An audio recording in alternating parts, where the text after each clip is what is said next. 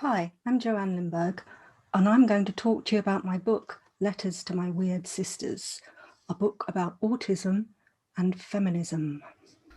Being an autistic woman can feel as if all the other women have copies of a manual about how to do being female, whereas yours has got lost in the post.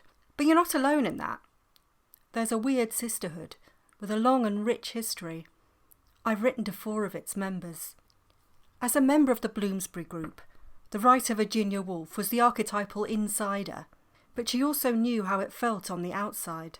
In her autobiographical writings, Woolf described how, as a young girl, she'd struggled to fit into Edwardian society. Her clothes, her speech, her manner, it was all wrong, and she was always getting corrected. Although she managed to escape that background, she was never really able to shake her sense of being weird. In her novel Jacob's Room, she wrote, "It's not catastrophes, murders, deaths, diseases that age and kill us. It's the way people look and laugh and run up the steps of omnibuses." Woolf teaches us to explore the truth about our lives, no matter how uncomfortable, and I write to thank her for that. While a handful of weird sisters are celebrated, many more are written off, especially if their speech seems limited. My next letter is to Adele Block, one of these women. And here's another, Emma Wolverton, introduced to American readers in 1912 as Deborah Kallikak. She was the star of The Kallikak Family, a wildly successful book by Henry H. Goddard, who was a proponent of IQ tests and a champion of eugenics. Goddard claimed that he could trace 2 distinct lines of descendants from one man, Martin Kallikak, one from a good marriage, one from a liaison with a feeble-minded, his words, barmaid. One branch was upright and distinguished, the other mentally and morally degenerate. Goddard's rather dubious research helped propagate an increasingly popular idea that people who do badly at IQ tests shouldn't be allowed to breed.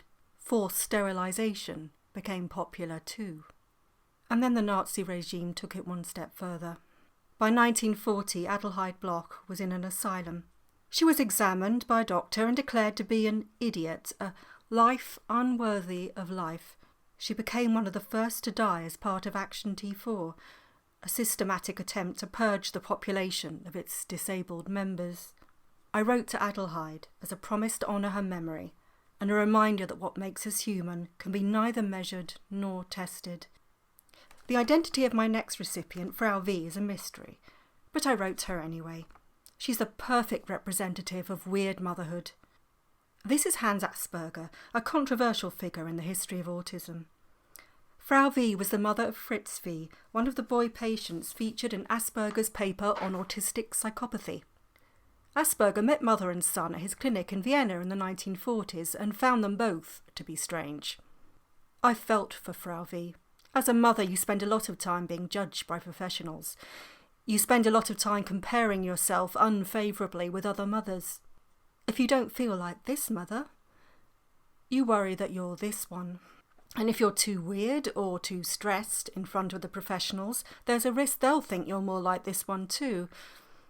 If you're an autistic mother, or mother to an autistic child, or both, you'll know this better than most. My last letter also goes to a mother. Of this man, the mathematician and astronomer Johannes Kepler. And here's the statue of Katarina Kepler. You can find it in the German town of Leonberg, where she lived for most of her life, and where she had to fight many battles. When she was an old woman, the town finally turned on her, and she was denounced as a witch. Luckily for her, she had Johannes to defend her, and luckily for us, he took copious notes for his evidence, and a picture emerges from them of a tough woman, a stubborn woman, a woman who spoke out of turn. Fortunately, we don't have witch trials anymore. But when you speak out in public as a woman, you still pay for it. Like many weird women, I've found out what happens when you speak out of turn. But in my letter to Katarina, I promised to carry on doing it anyway. So here's the book. With love from me to all you weird sisters.